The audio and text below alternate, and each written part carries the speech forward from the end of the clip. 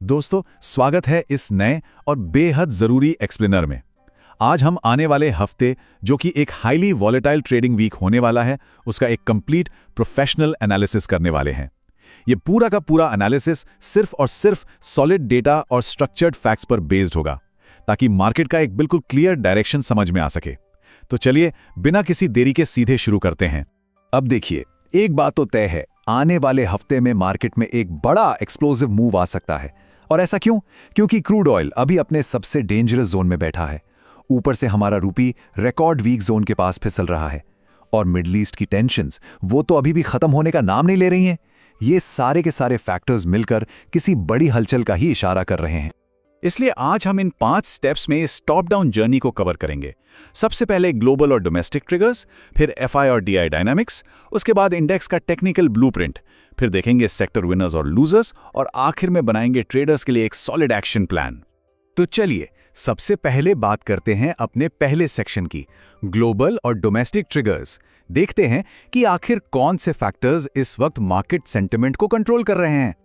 अभी के टाइम पे ना मार्केट का सबसे बड़ा विलन बना हुआ है क्रूड ऑयल, और यह समझना बहुत जरूरी है कि ऐसा क्यों है। देखिए, Bharat heavily crude oil import करता है, राइट? तो जब भी ऑयल प्राइसेस ऊपर जाते हैं, सीधा इन्फ्लेशन का रिस्क बढ़ जाता है, रूपी पर भारी दबाव आता है, और फॉरेन इंस्टीट्यूशनल इन्वेस्टर्स यानी एफआईआईज एकदम कॉशियस हो जाते हैं।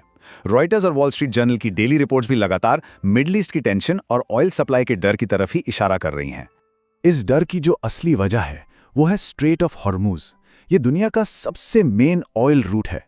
यूएस और ईरान के बीच जो टेंशन बढ़ रही है ना, उसने यहां एक मैसिव सप्लाई डिसरप्शन का रिस्क पैदा कर दिया है। पूरा का पूरा ग्लोबल मार्केट अभी सिर्फ इसी एक सवाल पर अटका हुआ है कि भाई साहब, अगर ऑयल सप्लाई डिस्टर्ब हुई तो आगे क्या होगा। और इसका ना अर्थव्यवस्था पर एक सीधा कैस्केडिंग इफेक्ट पड़ता है। कैसे? चलिए समझते हैं। जब ऑयल इंपोर्ट बिल बढ़ता है तो एफआईआईज का सेलिंग प्रेशर बढ़ने लगता है। इससे डॉलर और भी ज़्यादा स्ट्रांग हो जाता है, और नतीजा अपना इंडियन रुपी तेज़ी से गिरने लगता है। इस गिरावट को रोकने के लिए ही आरबीआई को मार्केट में लिटरली बिलियंस ऑफ डॉलर्स डालकर इंटरवीन करना पड़ रहा है, ताकि रुपी थोड़ा स्टेबलाइज हो सके। चलिए, अब आते हैं अपने दूसरे सेक्शन पर, एफआई और डीआई डायनामिक्स यानी स्मार्ट मनी आखिर कहां फ्लो कर रहा है। यहां ना मार्केट में एक जबरदस्त टग ऑफ वॉर यानी रस्साकशी चल रही है। एक तरफ एफआईआईज हैं जो अभी भी सिलेक्टिव सेलिंग मोड में बैठे हैं और इनकी एक्टिविटी हाईली वॉलेटाइल है, पर दूसरी तरफ अपने डीआईआईज हैं जो लगातार कंटिन्यूअसली बाइंग कर रहे हैं और मार्केट को एक बेहद क्रूशियल सपोर्ट दे रहे हैं। सच बताऊं तो सिर्फ इन्हीं डीआईआईज की खरीदारी की वजह से मार्केट अभी तक एक टोटल ब्रेकडाउन से बचा हुआ है। तो अब देखते हैं कि ये पूरी पिक्चर टेक्निकल्स के साथ कैसे कनेक्ट होती है। अब हम पहुंच गए हैं अपने तीसरे और बहुत ही इंपॉर्टेंट सेक्शन पर, इंडेक्स टेक्निकल ब्लूप्रिंट। ये डेटा दोनों मेजर इंडेक्सेस की कहानी को बिल्कुल क्लियर कर देता है। ध्यान दीजिएगा, निफ्टी के लिए इमीडिएट सपोर्ट अभी 23,600 पर है, और जो मेजर रुकावट यानी रेजिस्टेंस है वो 23,900 से 24,000 के बीच खड़ा है। वहीं अगर बैंक निफ्टी की बात करें तो इसका मेजर सपोर्ट 52,900 पर है, जबकि रेजिस्टेंस आगे 54,500 पर दिख रहा है। मार्केट अभी पूरी तरह से इन्हीं लेवल्स के बीच रेंज बाउंड चल रहा है। लेकिन यहां जो सबसे बड़ा और अहम नंबर है ना, वो है 23,500। ये निफ्टी का सबसे क्रिटिकल और मेजर सपोर्ट जोन है दोस्तों। अगर मार्केट किसी भी बुरी खबर की वजह से इस लेवल के नीचे ब्रेकडाउन कर गया तो बस समझ लीजिए एक डेंजरस पैनिक सेलिंग शुरू हो सकती है। ये सेलिंग निफ्टी को सीधा 23,300 या शायद 23,000 तक भी गिरा सकती है। ये लिटरली एक strict make of break boundary बन चुकी है। और अगर हम ऑप्शन चेन साइकोलॉजी को देखें तो ये व्यू और भी ज्यादा सॉलिड हो जाता है। हाईएस्ट रेजिस्टेंस 24,000 पर है, जहां पर कॉल राइटर्स पूरी तरह से एक्टिव हैं। वहीं स्ट्रॉन्ग सपोर्ट 23,500 पर है, जहां पुट राइटर्स ने अपना होल्ड बनाया हुआ है। इसका नतीजा क्या हो रहा है? मार्केट फिलहाल इस टाइट 500 पॉइंट की रेंज में कंप्लीटली ट्रैप हो गया है। अब बैंक निफ्टी के लिए सबसे अहम नंबर कौन सा है? वो है 52,900। ये एक ऐसा क्रूशियल सपोर्ट लेवल है जिसके नीचे अगर इंडेक्स एक बार फिसला तो वीकनेस बहुत ही अग्रेसिव हो सकती है। एक काफी बड़ी गिरावट हमें देखने को मिल सकती है। वैसे बैंक निफ्टी का जो अंदरूनी स्ट्रक्चर है ना, वो भी 2 हिस्सों में बटा हुआ लगता है। एक तरफ प्राइवेट बैंक्स हैं जैसे एचडीएफसी, आईसीआईसीआई और एक्सिस, जो आरबीआई के सपोर्टिव स्टांस के साथ मिलकर इसको ऊपर होल्ड करने की कोशिश कर रहे हैं। लेकिन ठीक दूसरी तरफ पीएसयू बैंक्स की वीकनेस और राइजिंग यूएस बॉन्ड यील्ड्स इस पर लगातार भारी दबाव डाल रहे हैं। यही बड़ा कॉन्ट्रडिक्शन बैंक निफ्टी को इतना वॉलेटाइल बना रहा है। आइए आगे बढ़ते हैं अपने चौथे सेक्शन की तरफ, सेक्टर विनर्स एंड लूजर्स। देखते हैं इस वक्त कौन से सेक्टर्स मजबूत हैं और कहां कमजोरी है। यहां सेक्टर रोटेशन में पिक्चर बिल्कुल क्रिस्टल क्लियर है। स्ट्रॉन्ग सेक्टर्स की बात करें तो फार्मा टॉप पर है, जिसे रुपी वीक होने का और डिफेंसिव बाइंग का पूरा फायदा मिल रहा है। जियोपॉलिटिक्स की वजह से डिफेंस काफी मजबूत है और हाई ऑयल प्राइसेस के कारण एनर्जी सेक्टर भी गेन कर रहा है।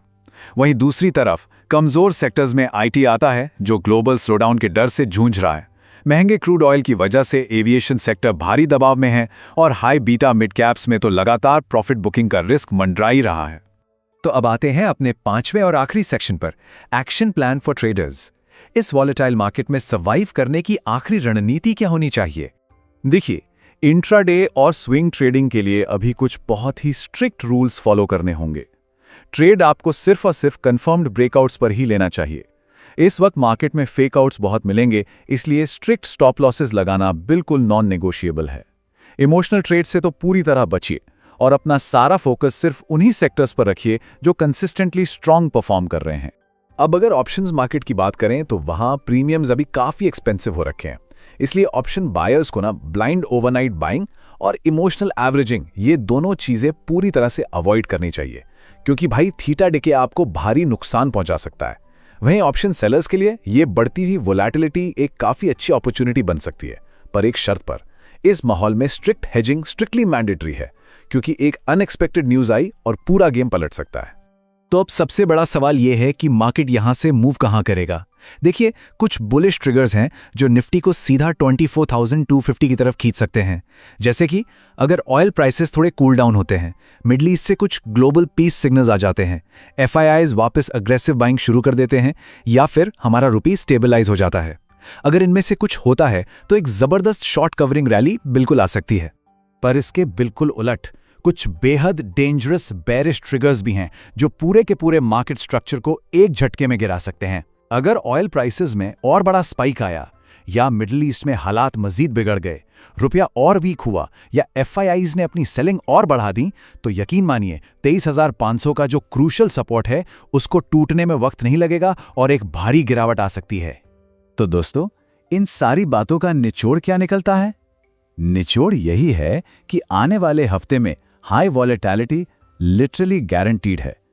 मार्केट अभी टेक्निकल चार्ट से कहीं ज्यादा ग्लोबल न्यूज फ्लो पर डिपेंड कर रहा है।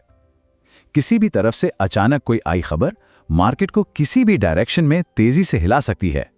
और बस यही एक पॉइंट इस एक्सप्लेनर को कंक्लूड करता है।